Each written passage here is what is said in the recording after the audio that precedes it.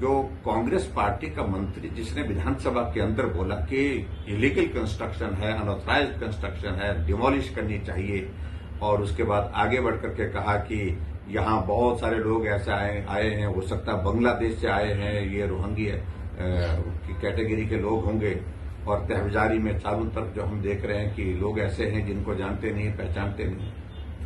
आज press conference कर रहे हैं, भारतीय जनता पार्टी दोषी है। मुझे कहा कि जयराम ने तो जो इनको मदद की है, पैसे मस्जिद बनाने के लिए पैसे दिए। मैं हैरान हूं, मैं सिरे से खारिज करता हूं तमाम आरोपों को, क्योंकि वो मंत्री जो है अपनी कुर्सी बचाने के लिए, अपनी जान बचाने के लिए कोशिश कर रहा है, क्योंकि ऊपर से आदेश हो गया है उसको हटाने का। क्योंकि कांग्रेस पार्टी का पूरे देश भर में आपको मालूम है कि किस प्रकार से रहता है, तो उसको हटाने के लिए वो प्रयत्न कर रहे हैं, दबाव पड़ा हुआ है। अब वो कुर्सी बचाने में लगा है, अनाप शनाप बोले जा रहे हैं और किसी पर आरोप लगाए जा रहा है, इसका कोई अर्थ नहीं। लेकिन आज तो मुस्लिम समाज के लोग भी वहां पर कमिश्नर को मिले और उन्होंने इस बात को कहा, खुद ही स्वीकार किया है, जो अनऑथराइज्ड पोर्शन है उसको हम खुद ही तोड़ देंगे। और आगे बढ़कर के मंडी में भी एक कंस्ट्रक्शन की है जिसको इलीगल माना गया, तो उस पर भी वहां पर भी उसको तोड़ना शुरू कर दिया। उसका भी पोर्शन एक तोड़ा है, एक दीवार लगाई तो उसको तोड़ना शुरू कर दिया है। बाकी सारी चीजों को लेकर के अभी आगे क्या होता है उसका देखेंगे।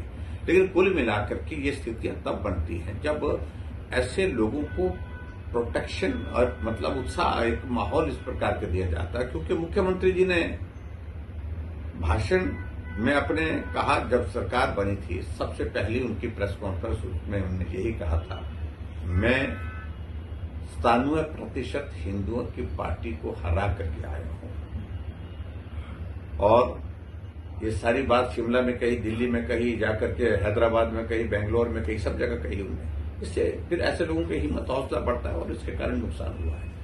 लेकिन कुल मिलाकर के हमने अपील की है सभी समाज सेवक की कानून को अपने हाथ में ना ले और इस सारे मामले को लेकर के सरकार कार्रवाई करने की बात कह रही है, तो निश्चित रूप से हम उम्मीद करते कार्रवाई करेंगे। कल मैं देख रहा हूं कि मुख्यमंत्री ने अब सर्वदलीय बैठक बुलाई है, तो कहीं बाहर जा रहा हूं, लेकिन सर्वदलीय बैठक बुला करके एक माहौल खड़ा करने की कोशिश कि नहीं, मैं उस तरह से नहीं कर रहा हूं। लेकिन जो हालात बन गए हैं, और मैं सिर्फ इतना ही कहना चाह रहा हूं कि हिमाचल प्रदेश में भारतीय जनता पार्टी की सरकार थी, तो हमने जो ये स्ट्रीट वेंडर्स होते हैं उसमें हमने एक पॉलिसी बनाई थी, और उसमें बनाने की वजह भी यही थी कि बहुत बड़ी तादाद में बहुत सारे लोग ऐसे दिख रहे थे हिमाचल प्रदेश में जो हिमाचल के रहने वाले नहीं हैं। हमने कहा इनका वेरिफिकेशन होना जरूरी है, इनका आइडेंटिफिकेशन होना जरूरी है, और इसलिए होना जरूरी है कि हमें कोई आपत्ति नहीं, देश का नागरिक कहीं भी आ सकता है, कहीं भी काम कर सकता है, लेकिन हमें मालूम तो रहना चाहिए कि लोग कौन हैं, कहां से आए हैं, कहां रहते हैं, क्या इनका पृष्ठभूमि है, ये सब जानना जरूरी है। वो कांग्रेस ने बंद कर दिया था, अब कह रहे हैं कि अब हम शुरू करेंगे, फिर से शुरू करेंगे।